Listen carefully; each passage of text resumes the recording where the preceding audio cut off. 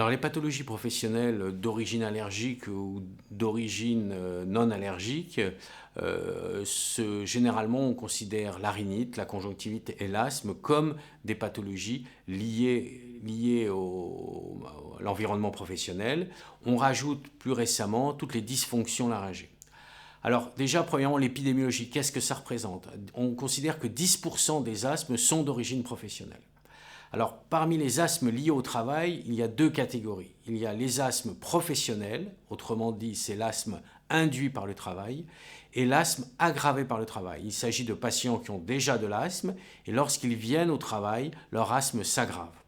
Parmi les asthmes professionnels, on en décrit également deux sortes. Il y a les asthmes dits allergiques, où il y a un mécanisme IgE, c'est-à-dire qu'il va y avoir des IgE qui vont expliquer l'apparition des symptômes, une phase de sensibilisation puis apparition de symptômes.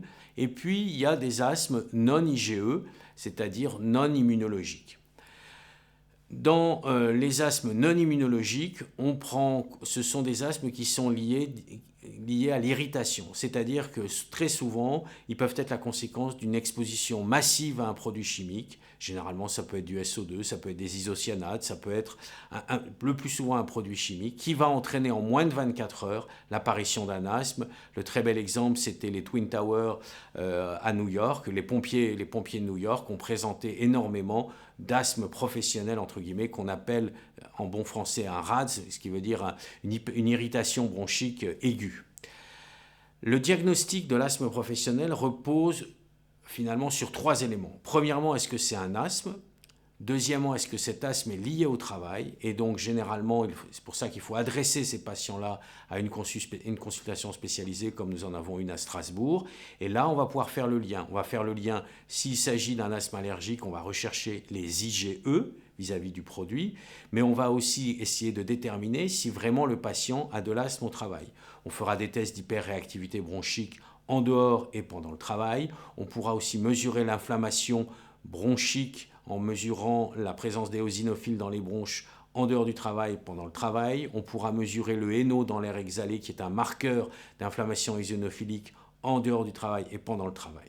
Si on a pratiquement la certitude, si on arrive à démontrer qu'il s'agit d'un asthme, que cet asthme est lié au travail, alors il va falloir chercher la substance qui est responsable de cet asthme professionnel. Et c'est là où le test d'exposition professionnelle prend toute son importance. Et nous avons la chance à Strasbourg d'être le seul centre en France à disposer d'une cabine d'exposition professionnelle. Et donc, on va pouvoir réaliser l'exposition du patient aux produits qu'il utilise dans son travail. Alors si c'est un boulanger, ça peut être la farine, un coiffeur, ça peut être des persulfates, ça peut être des produits de nettoyage, de désinfection comme les ammonium quaternaires pour une infirmière, une aide-soignante. Et on va démontrer, on va essayer de voir si ce produit, lorsque le sujet est exposé, on va lui faire reproduire les gestes qu'il pratique dans son activité professionnelle.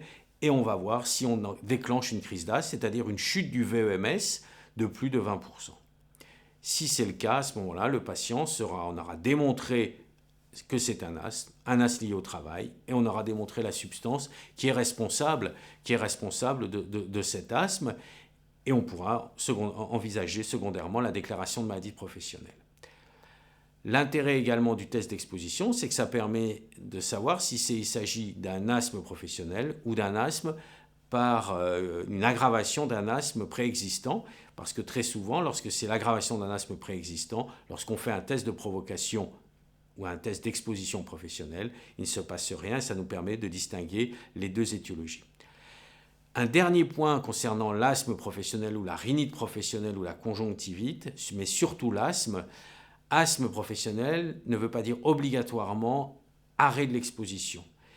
Cela va dépendre effectivement de la façon dont la personne travaille. Il faudra effectivement diminuer son exposition aux produits en cause. S'il s'agit d'un asthme aggravé par le travail, il suffira juste d'augmenter son traitement, de mieux contrôler son asthme et de le laisser au travail. Il faut se rappeler que le coût social de l'asthme professionnel est très élevé. Il y a maintenant plus de 20 ans, nous avions fait une étude qui montrait que 5 ans après la déclaration de la maladie professionnelle, vous aviez plus de 50% des patients qui étaient au chômage. Donc on peut penser que maintenant, ce chiffre reste toujours d'actualité, voire c'est même aggravé. Donc il faut rester très prudent dans l'attitude secondaire, dans la conduite à tenir quant à l'éviction par rapport aux produits en cause en cas d'asthme professionnel.